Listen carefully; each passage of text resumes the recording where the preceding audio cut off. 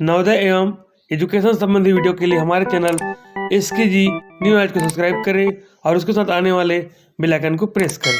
तो दोस्तों, मैं शिव कुमार साहू और आप देख रहे हैं SKG न्यू नॉलेज। मेरे प्यारे दोस्तों, नमस्कार।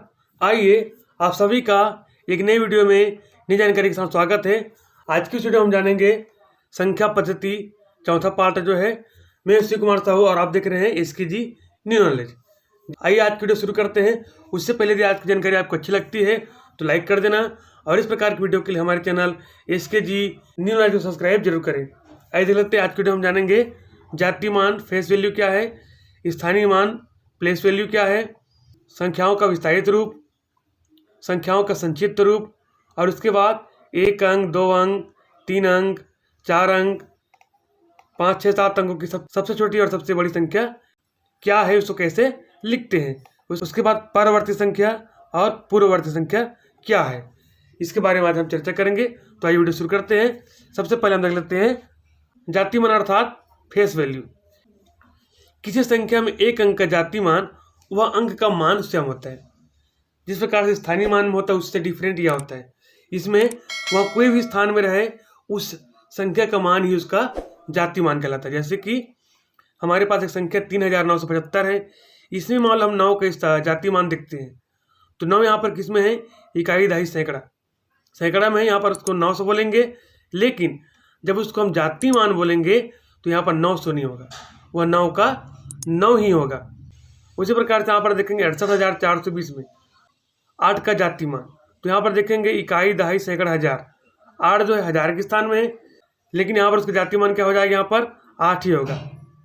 कहने का मतलब क्या हुआ, किसी भी संख्या का जो जाति मान है वहाँ स्वयं उस संख्या ही होता है। चाहे वो कोई भी स्थान में रहो, इकाई, दहाई, सैकड़ा, कोई भी स्थान में रहो, जब जाति मान कहा जाता है तो वहाँ स्वयं ही होता है। अब देख लेते हैं स्थानीय मान। किसी संख्या में किसी अंक का स्थानीय मान उस अंक की स्थान पर निर्भर करता है। अर्थात वहाँ इकाई में है, दहाई में है, सैकड़ा में, हजार में, 10,000 में, कौन से स्थान में है उसके अनुसार से हम उसका स्थानीय मान पता करते हैं। जैसे कि मान लो हमारे पास एक संख्या है 3102। इसमें कहा जाए कि 1 का स्थानीय मान क्या होगा, तो यहाँ पर हम ये देखेंगे 1 कहाँ पर है, इकाई, दहाई, सैकड़ा। ठीक है, 1 को पहले लिख देंगे और सैकड़ा मतलब क्या होता है, 100। तो यहाँ पर हम 1 का गुना 100 से करेंगे। ठीक है, सैकड़ा में है तो 1 का गुना 100 से 100 1 कम 100। तो यहाँ पर देखेंगे इकाई, दहाई, सैकड़ा 1 है तो 100, तो 1 का स्थानीय मान 100। उसी प्रकार से यहाँ पर देखेंगे 9368 में 6 का स्थानीय मान। अब यहाँ पर देखेंगे 6 किस में है, दहाई में है। दहाई अर्थात 10 के स्थान में है, तो यहाँ पर 6 दहाई 60। तो यहाँ पर 6 को 10 गुना करेंगे 60, तो यहाँ पर 6 के स्थानीय मान हो जाएगा यहाँ पर 60। तो दोस्तों, आशा करता हूँ कि जानकारी आपको अच्छी लग रही होगी। यदि अच्छी लग रही है तो वीडियो को लाइक करें और इस प्रकार की जानकारी के लिए चैनल सब्सक्राइब करना ना भूलें। ऐसे अगला जो है विस्तारित रूप। ये क्या होता है, जब किसी संख्या को उसके अंकों के स्थानीय मान के अनुसार जोड़ के रूप में अलग अलग करके लिखा जाता है, तब उसे विस्तारित रूप कहते हैं। जैसे यहाँ पर देखेंगे एक संख्या है 9467। अब इसकी सभी अंकों का हम यहाँ पर स्थानीय मान देखें तो यहाँ पर 9 जो है किस कौन से स्थान में, यहाँ पर हजार है तो 9000। 9 के स्थानीय मान 9000। उसी प्रकार से 4 जो है सैकड़ा में है तो 4 के स्थानीय मान 400। 6 जो है दहाई में है तो 6 के स्थानीय मान 60। 7 जो इकाई में है तो 7 के स्थानीय मान जो है 7 हो जाएगा।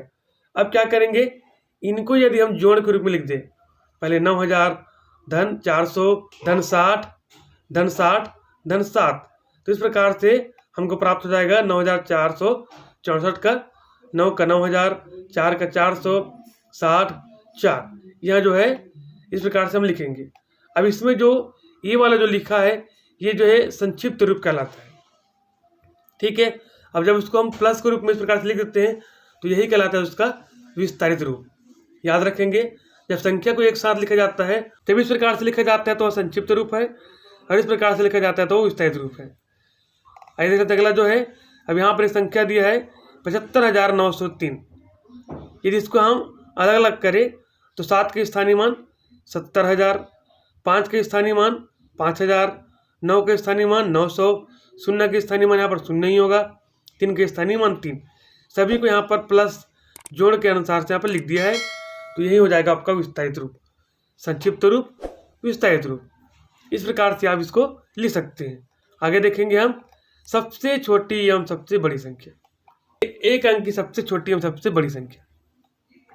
अब यहाँ पर हम देख सकते हैं 1 से लेकर के 9 तक, 1 2 3 4 5 इस प्रकार से 9 तक ये होती है एक अंकों की। यदि यहाँ पर हम देखें 9 के बाद 10, तो 10 में 2 अंक हो जाता है, तो उसको आपको नहीं देखना है।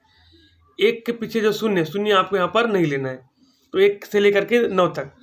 अब इसमें देखते सबसे छोटी क्या है, सबसे छोटी संख्या यहाँ पर 1 है। तो एक अंकों की सबसे छोटी संख्या क्या हो जाएगी, यहाँ पर 1 हो जाएगी। और सबसे बड़ी संख्या क्या है यहाँ पर 9 है, तो सबसे बड़ी संख्या है 9। उसको याद रखेंगे, एक अंक की सबसे छोटी संख्या जो 1 होती है और सबसे बड़ी संख्या होती है 9। उसी प्रकार से हम 2 अंकों का देखेंगे। आप यहाँ पर देख पा रहे हैं 2 अंकों की सबसे छोटी और सबसे बड़ी संख्या का जो चार्ट है। यहाँ पर देखेंगे हम, यदि हम 9 लेते हैं यहाँ पर तो 1 अंक हो जाती है, तो यहाँ पर 10 से शुरू करेंगे। और यहाँ पर 99 के बाद 100 देखते हैं, तो 100 जो है 3 अंकों की संख्या है। तो यहाँ पर 10 से लेकर के 99 तक यह सारी जो कितनी अंकों की है, 2 अंकों की गिनती है। तो इसमें यदि हम सबसे छोटी संख्या देखिए तो यहाँ पर है 10। ठीक है, तो 2 अंकों की सबसे छोटी संख्या क्या हो जाएगी, यहाँ पर 10 हो जाएगी। और उसी प्रकार से 2 अंकों की सबसे बड़ी संख्या क्या हो जाएगी, यहाँ पर 99। यदि इसके बाद हम आगे बढ़े तो हो जाती है 3 अंकों की। ठीक है, तो यहाँ पर 2 अंक की सबसे छोटी संख्या 10 और 2 अंक की सबसे बड़ी संख्या 99। अगला देख लेते हैं 3 अंकों की। अब यहाँ पर हम देखें तो 3 अंक कहाँ से शुरू होता है, 99 के बाद 100 से। 99 जो 2 अंकों को था, यहाँ पर 100 जो है 3 अंकों का। 100 से लेकर के यहाँ पर हम आगे जब बढ़ते जाते हैं 900 वाले अंकों में आते हैं, 991, 92, 93, 94 इस प्रकार से 999 तक।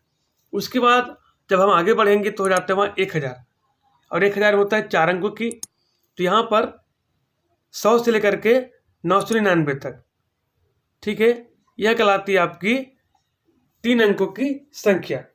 अब देखेंगे इसमें सबसे बड़ी संख्या क्या हो जाएगी, यहाँ पर 999, और सबसे छोटी संख्या क्या हो जाएगी, यहाँ पर 100। तो 3 अंकों की सबसे छोटी संख्या हो जाएगी यहाँ पर 100, और 3 अंकों की सबसे बड़ी संख्या 999। 3 बार 9 हो गया। तो कैसे याद करेंगे, इसका ट्रिक देख लेंगे। जैसे मान लो हमारे पास है 1 अंक की सबसे छोटी संख्या, हमको 1 अंक लेना है, तो याद रखेंगे सबसे शुरू में छोटी संख्या लिखने के लिए आपको लिखना होगा 1। ठीक है, और 1 अंक की सबसे बड़ी संख्या, और सबसे बड़ी संख्या लिखने के लिए आपको लिखना होगा 9। तो यहाँ पर 1 अंक है तो 9 बस रहेगा। उसी प्रकार से मान लो 2 अंक की सबसे छोटी संख्या है, तो यहाँ पर हम 2 अंक लेंगे। यहाँ पर पहले वाले हम लिखेंगे हम 1, शुरू में आपको लिखना है 1, उसके बाद लगा देंगे 0, 10 हो गया। तो 2 अंकों की सबसे छोटी संख्या यहाँ पर हो जाएगी 10, और 2 अंकों की सबसे बड़ी संख्या हो जाएगी यहाँ पर 99। 9 बार याद रखेंगे, जब भी आपको छोटी संख्या लिखना है तो सबसे शुरू में आपको 1 लिखना है, और बड़ी संख्या लिखने के लिए आपको हर बार 9 लगाना है। ठीक है, 2 अंक की बड़ी संख्या लिखना है तो 2 बार 9 लिख देंगे, छोटी संख्या लिखने के लिए 1 बार 1 लिखेंगे, बाकी में 0 लिखेंगे। उसी प्रकार से 3 लिखेंगे, यहाँ पर 3 अंकों की संख्या लिखेंगे, तो छोटी संख्या के लिए यहाँ पर पहले शुरू में 1 लगाएंगे, फिर 0 लगा देंगे। 1 2 3 हो गया। तो 3 अंकों की छोटी संख्या कितनी हो जाएगी, यहाँ पर 100, और 3 अंकों की सबसे बड़ी संख्या हो जाएगी यहाँ पर 999, 999, 3 बार 9 लिख देंगे। उसी प्रकार से 5 अंक की सबसे छोटी संख्या के लिए क्या करेंगे, हम यहाँ पर सबसे शुरू में लिखेंगे 1, फिर 1 2 3 4 बार 0, तो हो गया 5 अंक। और बड़ी संख्या के लिए 5 बार 9 लिख देंगे, 99,999। ठीक है, इस प्रकार से हो जाएगा। 7 अंकों के देखेंगे यहाँ पर, तो 7 अंक के लिए सबसे पहले यहाँ पर 1 लिख देंगे, फिर 6 0 लगा देंगे, हो गया 7 अंक। उसी प्रकार से बड़ी संख्या लिखने के लिए 7 बार 9 लिख देंगे, हो गया बड़ी संख्या। उसी प्रकार से मान लो 9 अंकों के लिखना है, तो शुरू में लिखेंगे हम 1, फिर 8 लगाएंगे 0, ये हो गया आपका सबसे छोटी संख्या। और सबसे बड़ी संख्या हम क्या यहाँ पे लिखेंगे 9 बार 9। इस प्रकार से सबसे छोटी और सबसे बड़ी संख्या आप आसानी से लिख सकते हैं। सबसे पहले हम देखेंगे पूर्ववर्ती संख्या। पूर्व अर्थात पहले, तो किसी संख्या के ठीक पहले की संख्या को उस संख्या का पूर्ववर्ती संख्या कहते हैं। ठीक है, ठीक है पहले, इसको ज्ञात करने के लिए आप पहले ज्ञात करने के लिए क्या करेंगे, हम मात्र 1 घटा देंगे।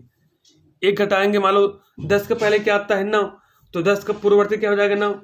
15 के पहले क्या आता है 14, तो 15 का पूर्ववर्ती क्या हो जाएगा 14, अर्थात हम एक कम कर रहे हैं। तो किसी संख्या की पूर्ववर्ती निकालने के लिए आपको मात्र एक घटा देना है, ठीक है। जैसे 45 की पूर्ववर्ती संख्या क्या हो जाएगी यहाँ पर 45 के पहले क्या आएगा यहाँ पर एक कम कर देंगे 44।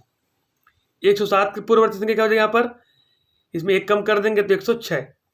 99 की पूर्ववर्ती संख्या हो जाएगी यहाँ पर, 99 में एक कम करेंगे 98।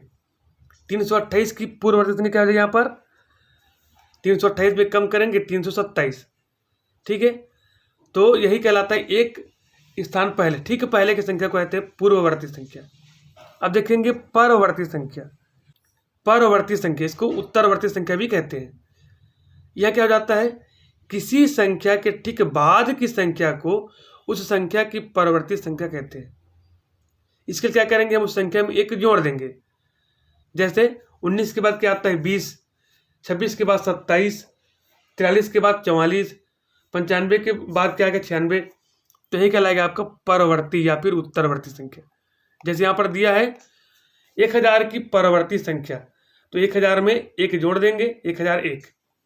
403 की परवर्ती संख्या क्या हो जाएगी यहाँ पर, एक जोड़ेंगे 404। 69 की परवर्ती संख्या क्या हो जाएगी यहाँ पर, एक जोड़ देंगे 70। तो इस प्रकार से आपको जो परवर्ती संख्या निकल जाएगी। तो इस प्रकार से पूर्ववर्ती अर्थात ठीक पहले की संख्या एक घटा देंगे, परवर्ती अर्थात ठीक बाद की संख्या एक जोड़ देंगे।